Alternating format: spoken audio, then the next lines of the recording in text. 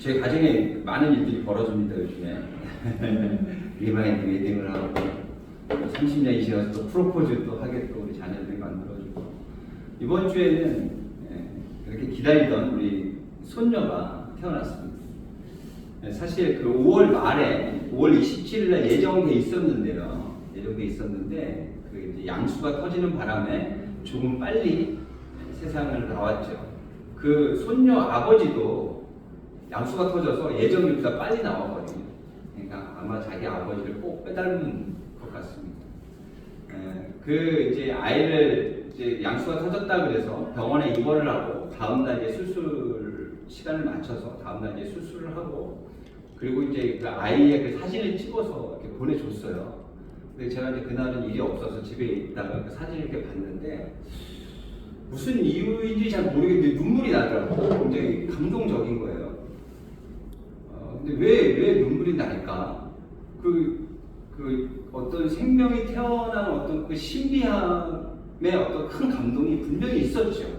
그렇죠. 근데 왜 눈물이 났을까 하는 그런 생각을 해봤어요. 그래서 이제 제가 요즘에 토요일마다 이제 그 동기 목사들 몇 명을 만나서 같이 공부를 하는데 그 중에 이제 한 친구가 그런 얘기를 하더라고요. 백두산을 다녀왔답니다. 백두산을 다녀왔는데 백두산 올라가기까지가 너무 힘들었대요. 모르겠어요. 요즘에 차 타면 거기까지 올라간다고 얘기를 제가 들었는데 그 친구는 아마 이렇게 걸어서 가는 걸 선택해서 갔던 모양이에요. 배도 좀 나온 친구여가지고 이 설교를 보려고 하겠네. 배가 좀 나온 친구여서 아마 그 산 올라가는데 굉장히 힘들었을 거예요. 근데 정말 그 올라가면서 굉장히 후회를 많이 했답니다. 내가 왜 여기로 온다고 해서 이렇게 걸어간다고 해서 이 고생을 하나 하고 정상을 딱 올라가는 그 순간에 그 펼쳐지는 그 천지의 모습을 보고요. 자기도 모르게 눈물을 흘렸대요. 그 광경이 너무 대단했다고 합니다. 그래서 어떤 모습이 대단했냐고 그랬더니 하나님의 손길이 느껴졌다는 거예요. 어떻게 사람의 손으로 이 모양을 만들어낼 수 있겠느냐. 하나님의 손길을 통해서 이렇게 만들어졌겠지 하는 생각이 들으니까 그게 감동이 되어지고 눈물이 나더라는 거예요. 그래서 저도 그 얘기를 듣고 그러면 내가 흘렸던 눈물도 그런 쪽 눈물인가? 그 생명은 있잖아요. 우리가 누구에게 생명을 주고 싶어도 줄 수 없어요. 하나님만이 하실 수 있는 거예요. 그래서 이 생명을 굉장히 신비로운 거라고 이야기합니다. 근데 그 생명을 가지고 태어난 그 우리의 손녀, 그 손녀를 하나님께서 생명을 주신 거잖아요. 주셨는데 어떻게 주신 거냐면 저를 통해서, 그렇지? 저의 씨를 통해서 그 아이에게 신비로운 생명을 주신 거예요. 그렇게 생각했더니 또 눈물이 나려고 또 그러더라고요. 하나님께서 정말 이 역사를 이어가는 하나님의 그 손길 섭리가 정말 대단하다라는 생각을 하면서 정말 하나님께 다시 한번 감사할 수 있는 그런 생각, 그런 마음을 갖게 되었습니다.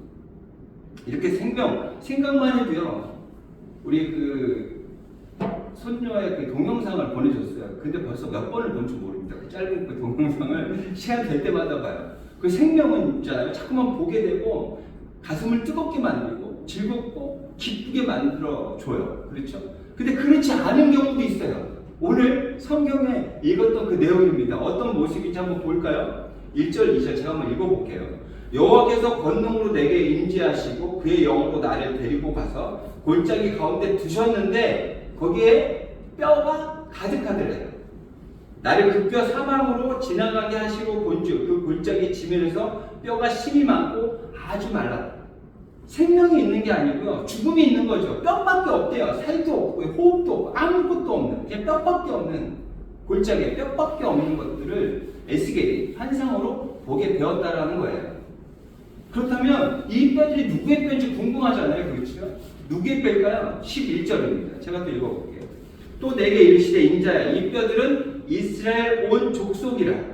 그들이 이르기를 우리의 뼈들이 말랐고 우리의 소망이 없어졌으니 우리는 다 멸절되었다 하느니라.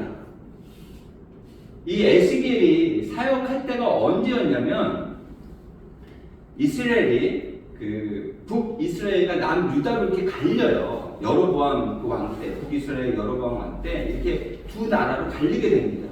근데 북이스라엘은 아수르를 통해서 먼저 멸망하게 돼요. 근데 그 멸망하는 모습을 보면 좀 그들도 깨우침이 있어야 될 것 같은데 그들도 여전히 하나님을 외면하고 자신들 좋을 대로 살아가죠. 그래서 선지자들이 그들에게 이야기합니다. 너희들 이렇게 살다가는 바벨론이라는 나라에 망할 거야. 멸망하게 될 거야. 그리고 그곳에 너희가 이 상태로 가게 되면 잡혀가서 70년 동안 종살이를 할 거야. 그렇게 분명하게 얘기를 해줍니다. 예레미야라는 선지자를 통해서 그렇게 이야기를 해줘요. 그런데도 그들의 모습은 변화해지지 않아요. 계속해서 하나님을 외면한 자기들 중심적인 그런 삶을 계속해서 살아갑니다. 그러다가 바벨론이 쳐들어오게 되죠. 그럼 바벨론 때문에 이제 멸망한 그 시기가 얼마 남지 않아서 하나님의 그 말씀이 이제 이루어질 때가 얼마 남지 않아. 그럼 그때 어떻게 했어야 돼요? 하나님의 이름을 불렀어야죠. 하나님을 구했어야죠. 하나님을 의지했어야죠. 근데 그들이 어떻게 하냐면 애국을 의지합니다. 애국에게 자기들을 도와달라고 부탁합니다. 그래서 결국에는 바벨론에게 멸망당하게 돼요. 누가요? 남유다, 이스라엘 백성들이.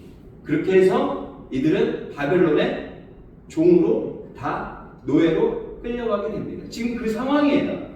그때 에스겔이 활동하던 시기가 그 시기예요. 하나님을 외면하고 종살이하는 이스라엘 백성들의 모습을 뭐라고 표현했냐면 뼈로 표현하고 있는 거예요. 하나님께서 계속해서 분명하게 말씀하셨거든요. 너희들 이러다가 큰일 난다. 북이스라엘처럼 너희들도 망할 거야. 바벨론은 망하게 되면 너희들 70년 동안 종살이 하게 될 거야. 라고 분명히 얘기했는데도 불구하고 그들은 하나님을 외면하는 그런 삶을 살아갑니다. 우리에게도 지금 하나님께서 그렇게 이야기하고 계세요. 그래서 우리가 정신 똑바로 차려야 될 줄을 믿습니다. 그 에스겔에게 하나님께서 이렇게 이야기하십니다. 3절입니다. 그가 내게 이르시되 인자야 이 뼈들이 능히 살 수 있겠느냐? 어떻게 살려볼 수 있겠느냐? 살아날 수 있을 것 같아? 라고 물어봅니다. 그랬더니 이렇게 얘기하는데 내가 대답하되 주 여호와여 주께서 아시나이다. 어떤 사람이 이렇게 얘기할 수 있을 거예요. 아니 어떻게 해보지도 않고 못한다 그래. 한번 해보기라도 하지. 그런데요 우리는 할 수 없어요. 에스겔이 아주 지혜로운 사람이니까 정확하게 알고 있는 거예요. 본인은 할 수 없어요. 아무리 능력 있는 선지자여도요 사람을 살리는 건 오직 하나님만 하실 수 있어요. 구원은요 하나님이 이루시는 거예요. 우리가 구원을 이루어가는 것이 아니고요 하나님께서 우리에게 구원을 허락하신 거예요. 그래서 우리는 구원받은 자들이에요. 그래서 우리는 구원받은 자에 걸맞는 삶을 살아가야 돼요. 왜? 하나님이 우리를 선택하셨고 구원하셨기 때문에 그래요. 만약에 우리의 공로를 통해서 우리가 구원받았다고 한다면 아주 별별 일들이 다 일어날 거예요. 내 수고가, 내 공로가, 내 능력이 여기 들어가 있는데 무슨 말씀이십니까? 하면서 하나님에게 따질 사람들이 분명히 우리 인간들이에요.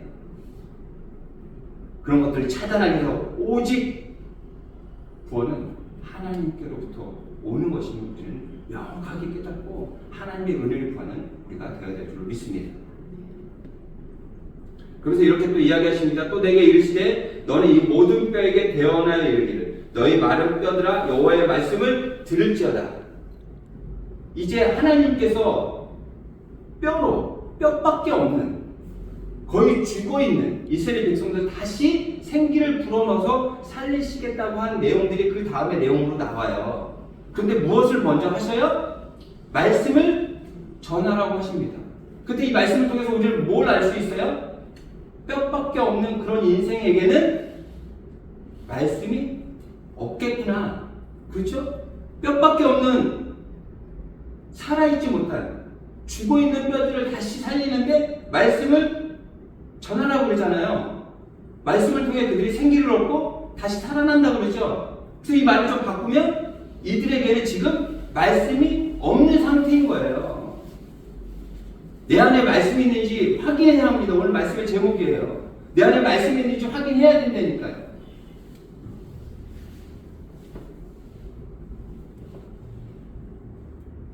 내 삶이 부정적이고 불안하고 두렵고 뭐가 안정적이지 않고 기쁘지 않고 감사하지 못한다고 한다면 내 안에 말씀이 있는지 다시 한번 확인해 봐야 돼요. 내 안에 말씀이 있게 되면 생기를 불어넣어서 살리시는 것처럼 우리는 살아나게 돼 있는 거예요. 감사하며 기뻐하며 즐거워할 수 있는 인생이 된다니까요. 그렇지 않은 인생이라면, 나의 삶의 모습이라면 지금 나의 삶 안에, 나의 마음 속에 말씀이 있는지 없는지 다시 확인해 봐야 돼요. 만약에 없다면 우리가 이렇게 숨을 쉬고 있지만 이런 마른 뼈 같은 그런 인생을 살아갈 수밖에 없는 거예요. 제가 인간적인 하나님께서 바라시는 삶, 하나님의 자녀다운 삶을 살아가기 위해서는 우리에게 말씀이 있어야 해요. 하나님이 우리와 함께 하셔야 돼요. 그래야 우리는 살아날 수 있는 거예요. 그렇게 생기를 불어 넣어 주셨어요. 그래서 어떻게 되냐면 10절입니다. 이에 내가 그 명령대로 대언하였더니 생기를 넣으라고, 생기를 불어 넣으라고 지금 에스겔에게 말씀하십니다. 그 말씀대로 대언하였더니 생기가 그들에게 들어가매 그들이 곧 살아나서 일어나 서는데 극히 큰 군대더라. 그들이 이제 살아났어요. 뼈밖에 없는 죽어있던 상태에서 생기를 하나님께서 넣어주셨고 그 말씀을 통해 온전한 사람으로 다시 태어나게 됩니다. 다시 살아나게 됩니다. 그런데 성경에서는 어떻게 이야기하냐면 큰 군대라고 이야기해요. 왜 군대라고 이야기했을까요? 싸워서 이겨야 할 삶을 살 수밖에 없어요.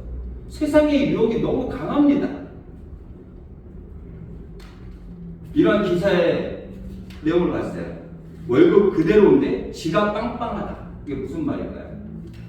월급은 그대로인데 지갑이 빵빵하대요. 평택 이 동네 한박 웃음 웃는 이유는, 평택에 그 동네에서 한박 웃음을 지금 짓고 있대요. 그 이유가 뭘까요? 지금 환율이, 그렇죠, 환율이 지금 많이 올랐잖아요. 그 미군 부대에 있는 사람들은요 달러로 월급을 받습니다.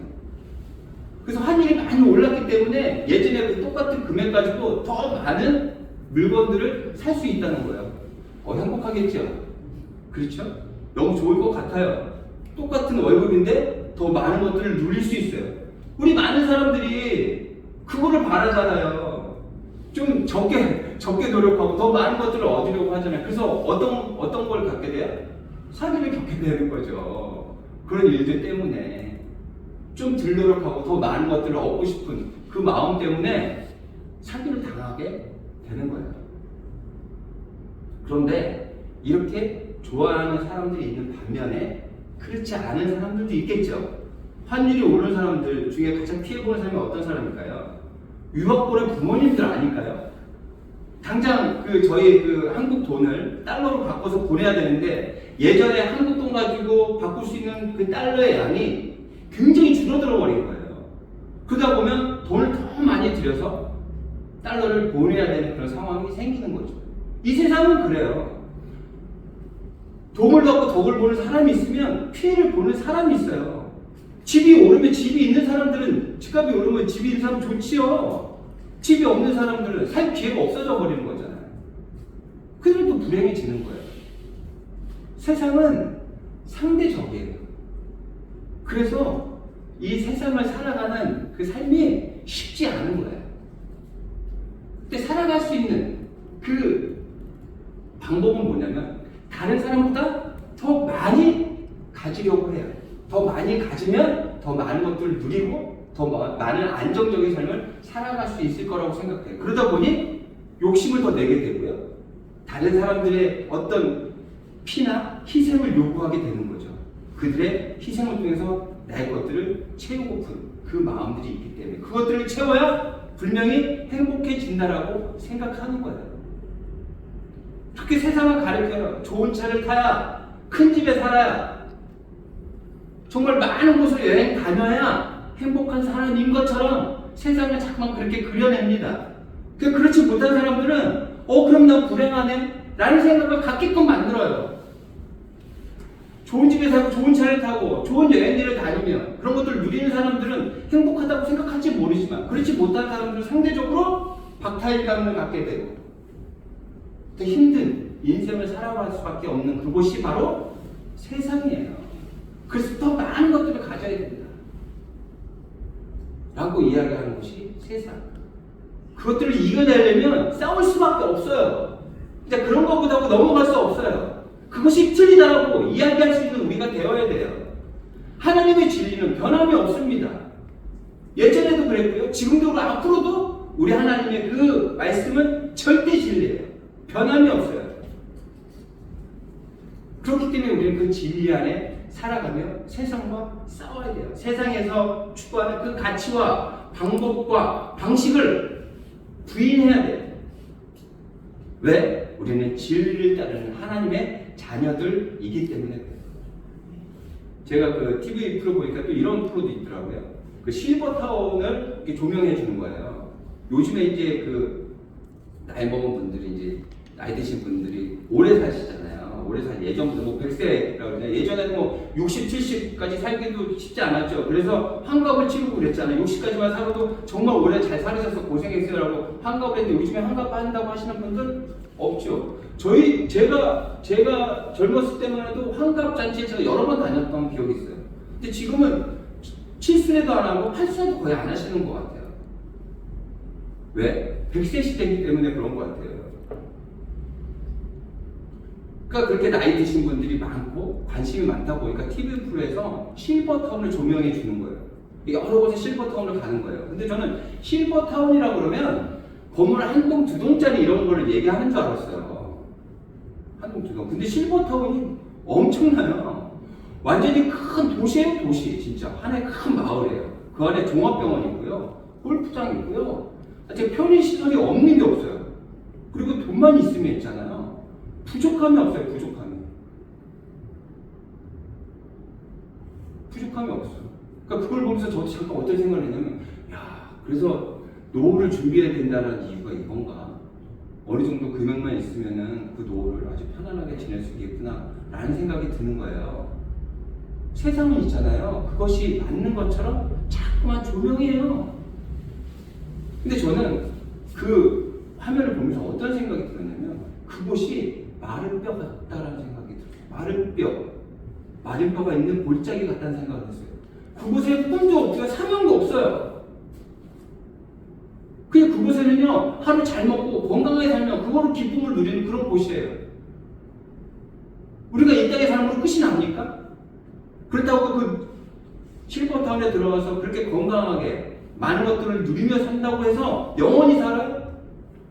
언젠가는 죽어요. 죽으면 가야 할 곳이 분명히 있잖아요. 그게 끝이 아니거든요. 정말 움직일 수 없어서 다른 사람들의 도움을 받아야 된다면 어쩔 수 없지만 그곳에 나오는 분들이 있잖아요. 얼마나 젊은지 몰라요. 뭐 60대, 70대라고 하시는데도 얼마나 젊은지 몰라요. 하지만 그래서 소일하시는 거예요. 그냥 소모하시면서 소일하시는 거예요. 자신에게 맡겨진 분명한 사명들이 있을 텐데도 불구하고. 그런데 그 TV 프로를 보면서 저도 그런 생각을 했다니까요. 와, 돈 좀 있으면 참 좋겠구나 라는 생각을 저도 모르게 하게 됐어요. 세상은요, 우리를요, 그렇게 눈 가리게 만들어요. 그런 것들이 맞는 것처럼 보여지게 만들어요. 왜? 그래야 본인들이 많은 것들을 얻을 수 있기 때문에 그렇죠. 왜 군대라고 표현했냐면 싸워서 이겨야 돼요. 그냥 그런가 보다가 아니라 그 세상의 가치들이 우리를 현혹하고 유혹할 때 맞서 싸워야 이겨낼 수 있는 거예요. 근데 왜 군인이 아니고 왜 군대라고 했을까요? 예수님께서 이 땅에 오셔서 교회를 세우셨어요. 그렇죠? 머리가 되셨고 우리가 각 지체가 돼서 교회가 만들어졌어요. 왜 이 공동체를 왜 만들었을까요? 한 명이 할 수 없는 일을 예수님과 함께 모두 한 마음을 모아서 할 수 없는 여러 가지 일들을 할 수 있는 거예요. 우리는 군대예요. 맡은 바 역할이 다 있습니다. 싸워서 이겨내야 돼요. 세상의 가치가, 세상의 방식이, 세상의 방법이 틀렸다라는 것들을 우리는 분명하게 이야기할 수 있고 싸워서 이겨내야 돼요. 그래서 이렇게 군대라고 표현하는 줄 믿습니다. 우리가 잠시라도 있잖아요. 말씀의 끈을 잠시라도 놓치고 세상을 바라보게 되면 그 현혹에 우리가 끌려 들어가요. 순간순간 정신 차려야 돼요. 그래서 우리는 내 안에 말씀이 있는지를 계속해서 확인해야 합니다. 마지막 절 제가 읽어볼게요. 내가 또 내 영을 너희 속에 두어 너희가 살아나게 하고 내가 또 너희를 너희 고국 땅에 두리니 나 여호와 이 일을 말하고 이룬 줄 너희가 알리라. 여호와의 말씀이다. 그렇다면 싸워 이겨야 돼. 그냥 내가 싸워서 이겨야지 하면 될까요? 하나님께 뭐라고 하냐면 내 영을 너희 안에 두시겠다 그래요. 성령님이 지금 우리와 함께하고 계신다니까요. 성령 하나님께서 지금 우리와 함께 하셔요. 이제 우리는 구원 받았어요. 성화의 삶을 살아가야 돼요. 그래서 성화를 이루어 가야 돼요? 아니요. 성령님이 하셔요. 우리 성령님의 이끄심을 따라가면 되는 거예요. 내가 할 때 문제가 생긴다니까요. 내가 뭔가를 해요. 희생을 하고 헌신을 해요. 교회 안에 더 많은 헌금을 하게 돼요. 그런데 교회 안에 문제가 생기면 꼭 그런 사람들부터 문제가 시작이 됩니다. 왜? 자신들의 수고와 노력과 헌신과 희생을 통해서 교회의 지분을 자기가 받았다고 생각해요. 근데 그 사람들이 나빠서가 아니라 우리 인간의 본성입니다. 이 성화의 모습도요. 내가 하는 것이 아니라 성령 하나님께서 하셔요. 성령 하나님께서 우리를 이끄신다는 그 믿음, 내 안에 말씀을 붙들고 나아가게 될 때 우리는 하나님께서 바라신 삶을 살아낼 수 있다. 세상의 가치, 방식, 방법이 아니라 하나님의 진리를 붙들고 우리를 이겨낼 수 있다. 저는 그 실버타운에 계시는 그 분들을 보면서 정말 굉장히 즐겁게 뭐 또 프로그램이니까 더 좋은 분들, 좋아하시는 분들 찍었겠죠. 그분들을 보면서 굉장히 건강하세요. 그분들을 보면서 다른 한 분을 생각했어요. 누구냐면 우리 그 샤론의 이영자 관사님. 제가 봤을 때는 재력으로 따지면 아마 실버타운에 제일 먼저 1순위로 가실 분일걸요? 그렇죠? 재력으로 따신다고 하신다면? 하지만 그 이영자 관사님은 그곳에 들어가지 않았고요. 지금 8순위 넘으셨는데 근데 또 아픈 곳이 굉장히 많습니다. 이번에도 또 큰 또 선고를 또 받으셨고 굉장히 몸이 아픈 상태예요. 그래서 다리가요. 저는 처음에 보고 깜짝 놀랐습니다. 제 다리보다 있잖아요. 한 3배는 이렇게 부어 있었어요. 근데 그런 상태로 매달 안동까지 교도소 사역을 하시러 가요. 왜 그럴까요? 그분이 왜 그렇게 하는 걸까요?